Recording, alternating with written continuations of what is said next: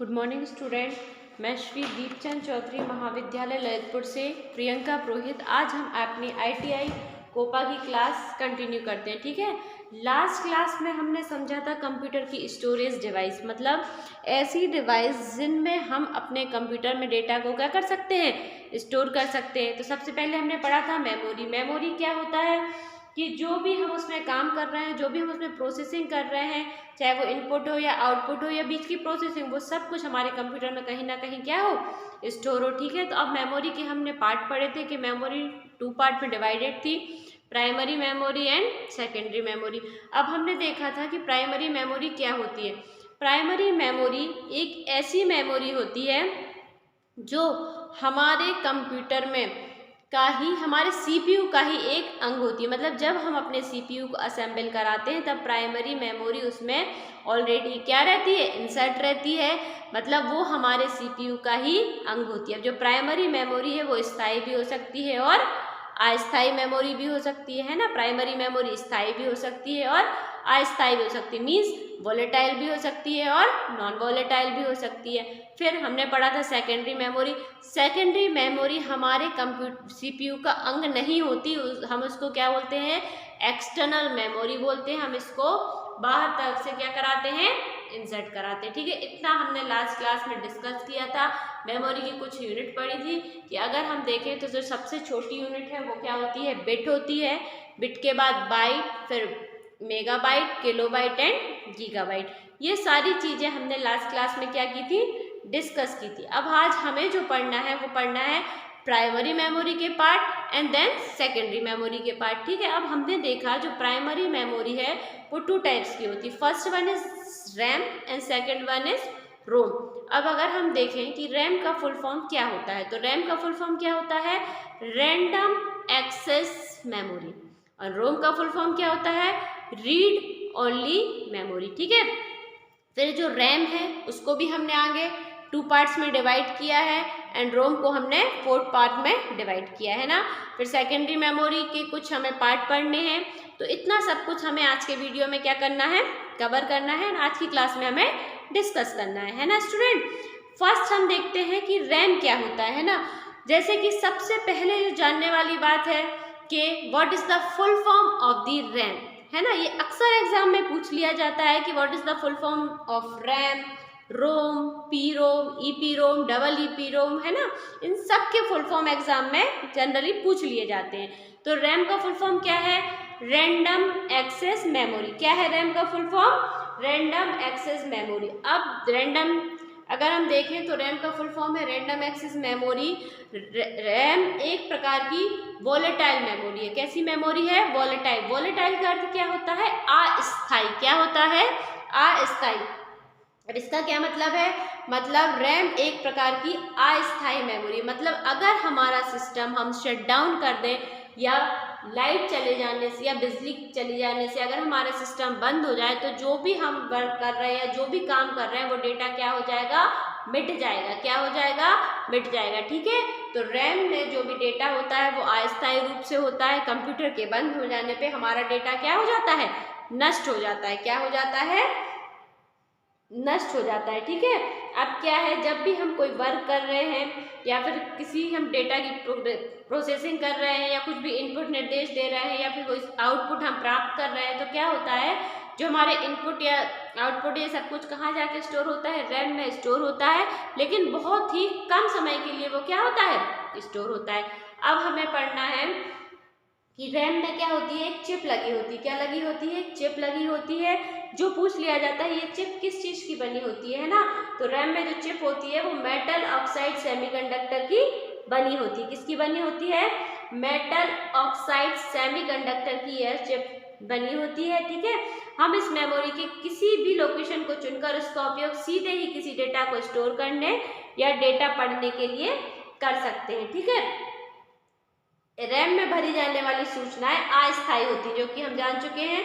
ये सूचनाएं अस्थायी होती है। जैसे ही बिजली बंद कर दी जाती है वैसे ही सारी सूचनाएं क्या हो जाती हैं, नष्ट हो जाती है। रैम वे प्रोग्राम है और डेटा रखे जाते हैं जिनको CPU सर्च और प्राप्त कर सके। मतलब रैम में ऐसे प्रोग्रामों को रखा जाता है जिनको CPU क्या कर सके, सर्च कर सके, है ना, ऐसी लोकेशंस को सर्च कर सके ताकि उसमें रखी गई सूचनाओं को व्यवस्थित किया जा सके और आवश्यकता पड़ने पर उसे उपयोग में लाया जा सके। फिर आगे हमें क्या पढ़ना है, टाइप ऑफ द रैम। अब रैम 2 टाइप्स की होती है, D RAM and S RAM. अब हमें सबसे पहले पढ़ना है डी रैम। डी का फुल फॉर्म क्या होता है, तो डी का फुल फॉर्म होता है डायनेमिक रैंडम एक्सेस मेमोरी, ठीक है। और एस का फुल फॉर्म क्या होता है, स्टैटिक रैंडम एक्सेस मेमोरी, है ना।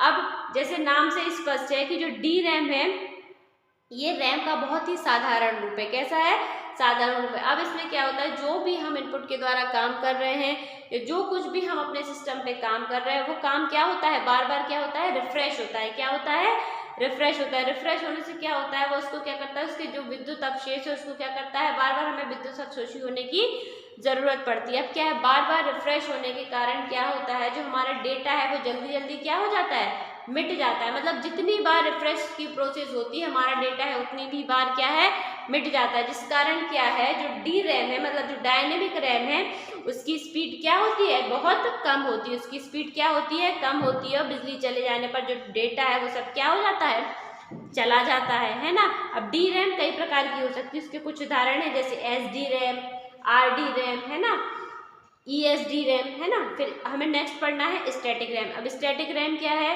डी रैम से थोड़ी बेहतर होती है क्योंकि इसमें हमें रिफ्रेश करने की ज़रूरत नहीं पड़ती और बार बार रिफ्रेश ना होने के कारण जो हमारा डेटा है वो लंबे समय तक हमारी रैम में क्या होता है, बना रहता है। अगर हम रिफ्रेश जल्दी जल्दी करेंगे तो जो हमारा डेटा है वो क्या होता है, हर बार मिटता जाएगा। तो डी रैम में क्या होता है, 1 सेकंड में हजारों बार रिफ्रेश की प्रोसेस चलती है ना, जबकि स्टैटिक में ये प्रोसेस जो है थोड़ी कम होती है। क्या होती है, कम होती है, इसलिए इसकी स्पीड ज़्यादा तेज होती है और ये डी रैम की अपेक्षा क्या होती है, थोड़ी सी सस्ती होती है। डी रैम की अपेक्षा क्या होती है, सस्ती होती है, ठीक है। ये था हमारा RAM and type of RAM, ये हमने अभी कंप्लीट किया। अब नेक्स्ट हम क्या करेंगे, रोम। क्या पढ़ेंगे, रोम। अब सबसे पहले हम देखेंगे what is the full form of ROM. तो रोम क्या होता है, रोम का फुल फॉर्म क्या होता है, रीड ओनली मेमोरी। जैसे नाम से ही समझ रहे हैं हम, रीड ओनली मेमोरी, ऐसी मेमोरी जिसे हम केवल पढ़ सकते हैं। क्या कर सकते हैं, जिसे हम केवल पढ़ सकते हैं, है ना। तो जो रैम होती है एक अस्थायी मेमोरी होती है, मतलब वॉलेटाइल मेमोरी होती है। उसमें मतलब हम अपना काम कर रहे हैं लेकिन जैसे हमारा सिस्टम बंद हुआ, बीच में कुछ करप्शन आ गई तो हमारा डेटा क्या हो जाएगा, एंड टू एंड डिलीट हो जाएगा। लेकिन रोम क्या होती है, रीड ओनली मेमोरी होती है। अब रोम में क्या होता है, यह वह मेमोरी होती है जिसमें डेटा क्या है, पहले से भरा जा चुका है, मतलब जिसे हम केवल पढ़ सकते हैं, हम उसे हटा और बदल नहीं सकते। मतलब हम उसमें कुछ चेंज नहीं कर सकते, केवल हम उसको क्या कर सकते हैं, पढ़ सकते हैं, है ना। अब वास्तव में रोम चिप बनाते समय उसमें कुछ प्रोग्राम और डेटा को क्या कर दिया जाता है, डाल दिया जाता है, जो क्या होते हैं, स्थायी रूप से उसमें ही रहते हैं, है ना। अब जब कंप्यूटर की पावर सप्लाई बंद कर दी जाती है तब भी रोम चिप में भरी सूचनाएं क्या रहती हैं, सुरक्षित रहती है। जबकि रैम में क्या होता है, डेटा क्या हो जाता है, नष्ट हो जाता है। जबकि रोम में कंप्यूटर बंद होने के बाद भी डेटा क्या रहता है, सुरक्षित रहता है ना। इसलिए इसे क्या बोलते हैं, नॉन वॉलेटाइल बोलते हैं। जिनको बदलने की आवश्यकता, ऐसे प्रोग्राम जिनको बदलने की आवश्यकता, जब कंप्यूटर की पावर सप्लाई बंद कर दी जाती है तब भी रोम चिप में भरी सूचनाएं क्या रहती हैं, सुरक्षित रहती हैं। रोम चिपों का उपयोग सभी प्रकार की इलेक्ट्रॉनिक युक्तियां जैसे वीडियो गेम, डिजिटल कैमरा, इन सब में किया जाता है, ठीक है। अब क्या है, हमें रोम के टाइप पढ़ने। तो पहला क्या है, पी रोम। मैंने आपसे क्या बोला कि इन सब के फुल फॉर्म एग्जाम में पूछ लिए जाते हैं। तो पी रोम का फुल फॉर्म क्या है, प्रोग्रामेबल रीड ओनली मेमोरी। क्या है, प्रोग्रामेबल रीड ओनली मेमोरी, ठीक है। तो पी रोम का संक्षिप्त रूप है प्रोग्रामिंग रीड ओनली मेमोरी। अब ये जो मेमोरी है इसमें जो डेटा लिखा हम केवल उसे पढ़ सकते हैं, उसमें हम कोई भी परिवर्तन नहीं कर सकते। क्या नहीं कर सकते, इस प्रकार की मेमोरी में हम कोई भी सूचना अपनी तरफ से ऐड नहीं कर सकते, ठीक है। फिर क्या आया नेक्स्ट, ईपी रोम। क्या आया, ईपी रोम। अब ईपी रोम का फुल फॉर्म क्या होता है, erasable programmable read only memory. क्या है, erasable programmable read only memory. Erase का मतलब क्या होता है, किसी चीज को मिटाना, नाम से ही स्पष्ट है। तो जो EEPROM टाइप की मेमोरी होती है, यह भी रोम मेमोरी का एक टाइप होती है, लेकिन फिर भी हम इसको प्रोग्राम को क्या कर सकते हैं, ऐड कर सकते हैं। इसमें क्या कर सकते हैं, प्रोग्रामों को हम इसमें ऐड कर सकते हैं। लेकिन इसमें जो प्रोग्रामों को ऐड करने की तकनीक है वो हम कैसे कर सकते हैं, प्रोग्रामों को ऐड परावैंगनी किरणों के द्वारा। कैसे कर सकते हैं, परावैंगनी किरणों के द्वारा, ठीक है। फिर क्या है, EEPROM है ना, इसका फुल फॉर्म क्या होता है, electrically erasable programmable read only memory, है ना। इसमें भी हम प्रोग्रामों को ऐड कर सकते हैं, लेकिन ये एक नई तकनीक है। इसमें हम विद्युतीय विधि से इसमें अपने डेटा को, अपने नए निर्देशों को क्या कर सकते हैं, ऐड कर सकते हैं, ठीक है। नेक्स्ट क्या है, फ्लैश रोम। क्या है, फ्लैश रोम। यह भी एक प्रकार की EEPROM है, लेकिन इसकी सूचनाएं एक एक बाइट के हिसाब से नहीं चलती। मतलब ये जो सारी थी, इसमें जो सूचनाएं थी वो बाइट के हिसाब से चलती थी, लेकिन इसमें जो सूचनाएं हैं वो बाइट के हिसाब से नहीं चलती, बल्कि इसमें एक पूरा का पूरा ब्लॉक तैयार किया जाता है। क्या तैयार किया जाता है, पूरा का पूरा ब्लॉक तैयार किया जाता है। यह साधारण EEPROM से अधिक तेज होती है। इसको कार्य करने के लिए कम वोल्टेज की आवश्यकता होती है, ठीक है। तो ये थी हमारी प्राइमरी मेमोरी। प्राइमरी मेमोरी के हमने टाइप पढ़े, RAM, ROM, DROM, SROM and ROM के 4 टाइप पढ़े, PROM, EPROM, EEPROM and flash ROM, ठीक है। अब हमें पढ़ना है सेकेंडरी मेमोरी। क्या पढ़ना है, सेकेंडरी मेमोरी। तो सबसे पहले हमें ये समझना होगा कि सेकेंडरी मेमोरी क्या होती है। तो सेकेंडरी मेमोरी CPU के बाहर होती है, ठीक है, जबकि प्राइमरी मेमोरी CPU के अंदर होती है, इसलिए इसे क्या बोलते हैं, बाह्य या सेकेंडरी मेमोरी भी कहा जाता है। कंप्यूटर की मुख्य मेमोरी बहुत महंगी होने तथा बिजली के बंद कर देने पर उसमें अधिकतर सूचनाएं नष्ट हो जाने के कारण ना तो हम उसे इच्छानुसार बढ़ा सकते और ना ही हम उसमें कोई सूचनाएं स्थायी रूप से स्टोर कर सकते। अब क्या है, जो प्राइमरी मेमोरी, उसमें क्या था, जैसे रैम है, वो कंप्यूटर बंद होने पर सूचना क्या हो जाती थी, चली जाती थी। और रोम है, उसमें क्या होता था, हम उसमें कुछ भी आसानी से ऐड नहीं कर सकते। इसलिए क्या पड़ी, सेकेंडरी मेमोरी की हमें जरूरत पड़ी। इसकी कीमत तुलनात्मक दृष्टि से बहुत कम और डेटा स्टोर करने की क्षमता बहुत अधिक होती थी। मतलब इसकी जो कीमत है इनसे बहुत सस्ती है और इसमें हम ज़्यादा से ज़्यादा डेटा को क्या कर सकते हैं, स्टोर कर सकते हैं। अब इसके कुछ एग्जाम्पल है, जैसे floppy disk, magnetic disk, pen drive, hard disk, है ना।